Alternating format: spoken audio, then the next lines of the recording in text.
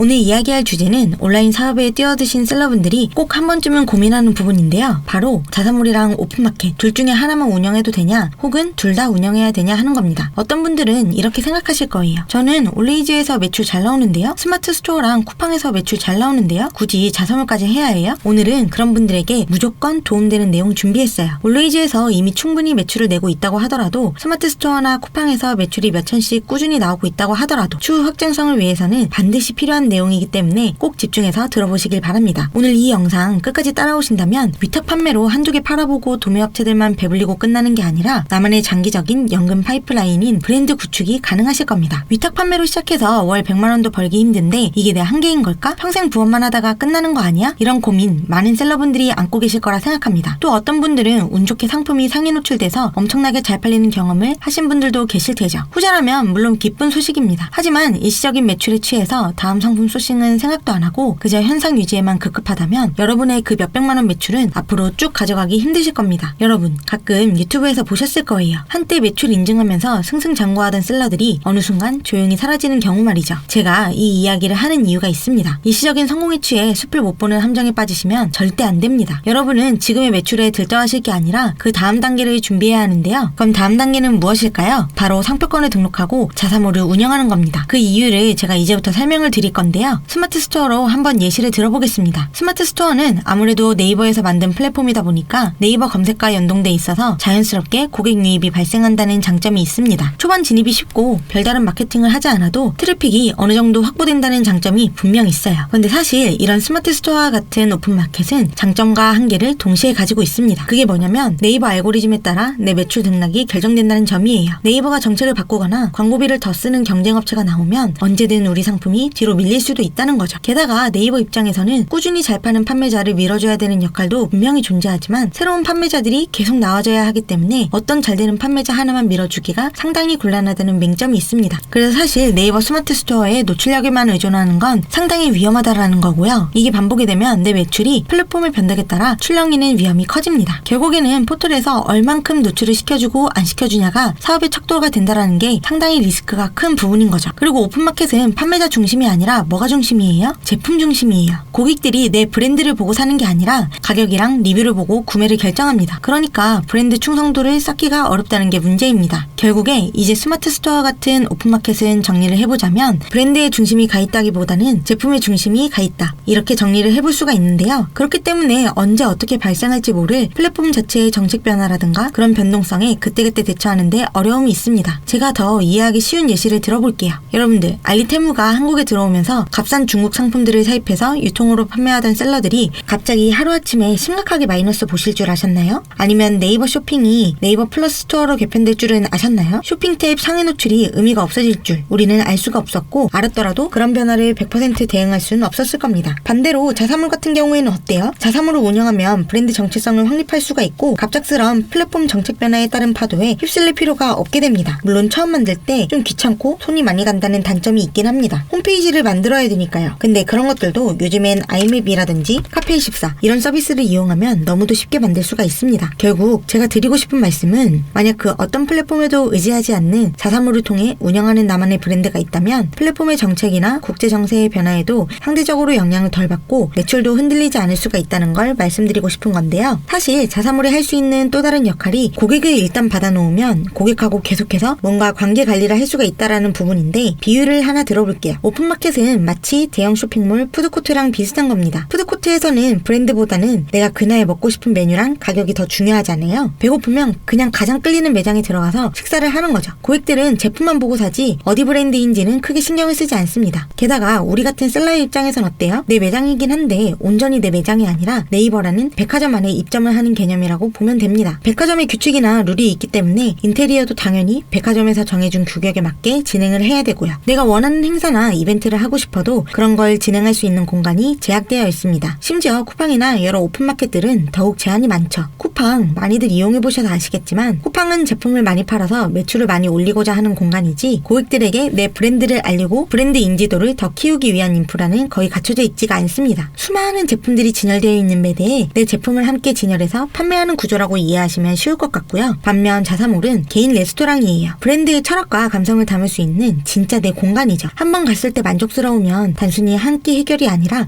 저기 분위기 좋고 음식도 괜찮았어 하면서 분명 기억에 남는다는 거죠. 그래서 오픈마켓만 운영하면 내 제품이 그때그때 소비되고 끝낼 가능성이 크지만 자사몰을 운영하면 브랜드를 기억하는 충성 고객을 만들 수가 있어요. 단순히 제품만 파는 게 아니라 고객이 브랜드를 경험하게 만들 수 있다는 거죠. 하지만 사실 이러한 것들이 눈에 보여지는 어떤 실체적 가치는 아니다 보니까 괜히 시간만 더 들고 관리도 못할 것 같아서 자사몰 오픈을 주저하시는 분들이 훨씬 많을 거라 생각됩니다. 게다가 스마트 스토어에서 팔릴 확률이 8할 이상일 것 같은데 그런 공수를 들여야 하냐 싶으실 테죠. 물론 이해는 갑니다. 하지만 바로 위에서도 제가 설명했다시피 자사몰이 꼭 필요한 이유는 우리가 어떤 이 사업이라는 걸 가지고 단순히 돈 벌기 위한 장사가 아니라 적어도 내가 브랜드를 하겠다고 생각하시는 분이라고 하면 자사몰은 정말 절대적으로 필요하다고 강조를 드리는 겁니다. 물론 온라인 사업에 뛰어들자마자 바로 자사몰을 열라고 말하는 게 아닙니다. 사실 초보 셀러분들의 경우 광고에 대한 인사이트가 빠삭하거나 본인만의 인스타, 유튜브 같은 온드미디어 채널을 보유하고 있지 않은 이상 독립적인 자사몰로 고객을 유입시키는 게 쉽지만은 않습니다. 그렇기 때문에 이땐 스마트 스토어나 오픈마켓 입점을 통해 제품을 판매하는 게 좀 더 편한 방법이죠. 쇼핑몰을 만드는 초기 비용이 들지 않고 그리고 기본적으로 오픈마켓 자체가 쇼핑을 위한 트래픽 자체가 엄청나게 많기 때문에 비용이나 시간 측면에서 압도적으로 유리합니다. 게다가 사실 자사몰이라는 게 애초에 컨셉과 기획을 해야 하고 이미지를 만드는 거나 카테고리를 만드는 것 등등 그 자체가 돈이고 투자이긴 해요. 하지만 만약 여러분이 현재 오픈마켓에서 내고 있는 성과나 매출을 뛰어넘어 추가적으로 안정적인 온라인 매출을 만들고 싶다, 장기적인 나만의 브랜드 사업을 도전해보고 싶다 라고 하신다면 저는 자사몰을 반드시 만들라고 이야기를 드립니다. 즉 오늘의 결론, 스마트 스토어를 1, 2년 정도 경험을 하고 자사몰로 넘어가자. 그리고 이렇게 자연스럽게 넘어오기 위해선 중요한 포인트가 있습니다. 나중에 자사몰을 운영하기 위해서는 한 카테고리의 상품들이 어느 정도 있어야 해요. 이게 무슨 말이냐면 여러분들이 처음에 위탁 판매를 시작할 때부터